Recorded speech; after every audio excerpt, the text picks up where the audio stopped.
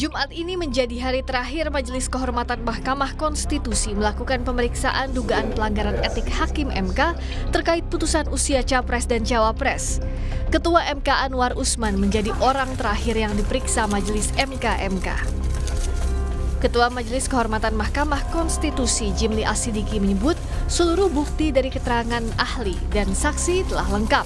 Menurutnya, kasus etik ini tak sulit dibuktikan. Semua bukti-bukti sudah lengkap, ya, baik keterangan ahli, saksi. Sebenarnya kalau ahli itu para pelapor ini ahli semua, ya kan. Lagi pula ini kasus tidak sulit membuktikannya, apalagi kita udah lihat CCTV segala macam surat menyurat. Kenapa ada perubahan yang kemudian ditarik kembali, ya kan? Kenapa ada kisruh internal, beda pendapat kok sampai keluar. Dalam sidang Mahkamah Kehormatan MK sebelumnya terungkap sejumlah kejanggalan. Pemohon dari PBHI, Julius Ibrani, menemukan bukti dokumen perbaikan perkara gugatan batas usia Capres dan Cawapres tidak ditandatangani baik oleh pemohon Almas Sakibiru maupun kuasa hukumnya. Namun kami mendapatkan satu catatan bahwa dokumen ini tidak pernah ditandatangani dan ini yang dipublikasikan secara resmi oleh Mahkamah Konstitusi melalui situsnya, Yang Mulia. Jadi kami berharap ini juga diperiksa. Kami khawatir apabila ternyata dokumen ini tidak pernah ditandatangani sama sekali, maka seharusnya dianggap tidak pernah ada perbaikan permohonan atau bahkan dianggap batal permohonannya, Yang Mulia. Majelis Kehormatan MK juga telah mengantongi bukti rekaman kamera pengawas CCTV terkait kejanggalan penarikan gugatan Almas Sakibiru yang diajukan kembali ke MK. Arif Sahudi, kuasa hukum Almas Sakibiru, menanggapi soal dokumen perbaikan perkara yang tidak bertanda tangan yang dipersoalkan pelapor. Menurutnya, secara administratif tidak ada masalah karena persidangan berlangsung online sedangkan berkas dikirim daring. Sidang ini sidang online. Sejak mendaftar sampai putusan. Artinya apa? Seluruh pemberkasannya lewat, hard copy-nya dikirim lewat pos, berkasnya dikirim lewat email. Secara administrasi tidak ada masalah. Itu yang di luar itu adalah pasti yang buat.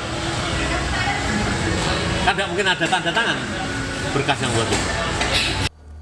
Dengan selesainya pemeriksaan, MK akan membacakan putusan dugaan pelanggaran Hakim MK pada 7 November mendatang atau sehari sebelum batas waktu pengusulan pasangan calon pengganti Capres dan Cawapres.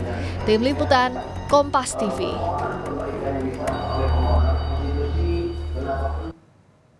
Lalu apa hasil pemeriksaan Majelis Kehormatan Mahkamah Konstitusi terhadap Ketua MK Anwar Usman kali ini?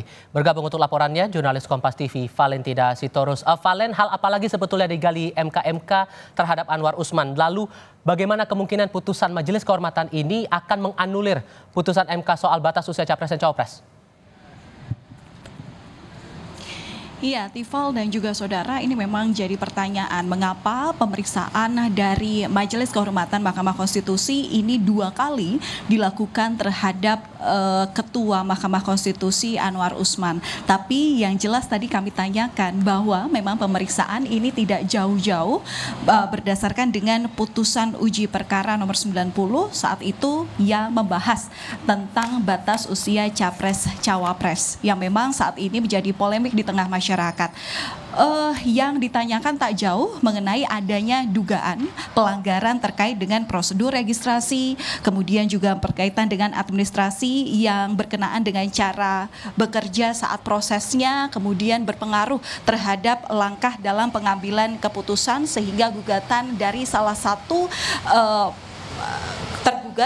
salah satu penggugat begitu ya, dari 11 gugatan ini salah satunya dikabulkan, yang mana ini diduga ada dugaan konflik kepentingan yang dilakukan oleh Ketua MK untuk meloloskan keponakannya, dalam hal ini adalah Wali Kota Solo Gibran Rakabuming Raka, untuk bisa maju dalam pemilihan dalam pemilu maksud kami di saat usianya belum menginjak 40 tahun seperti dengan aturan yang sebelumnya ada di Mahkamah Konstitusi terkait dengan pemilu 2024 mendatang.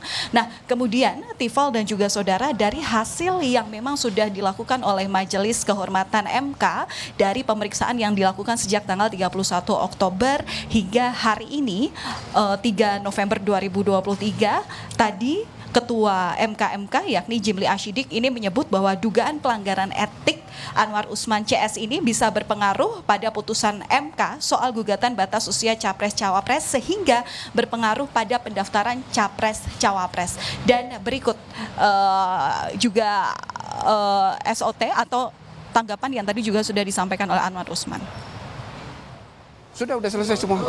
Udah selesai semua, tinggal kami merumuskan putusan dan itu butuh waktu karena semua laporan itu harus dijawab satu persatu. Putusan MK ini bisa menganulir putusan? Ya itulah salah satu yang ditunggu-tunggu.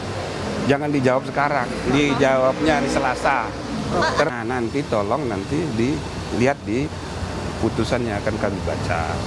Termasuk jawaban terhadap tuntutan supaya putusan MK ini ya ada pengaruhnya terhadap putusan MK sehingga berpengaruh kepada pendaftaran capres, kan begitu. Nah, itu juga salah satu pertimbangan mengapa kita putuskan putusan dibacakan tanggal 7.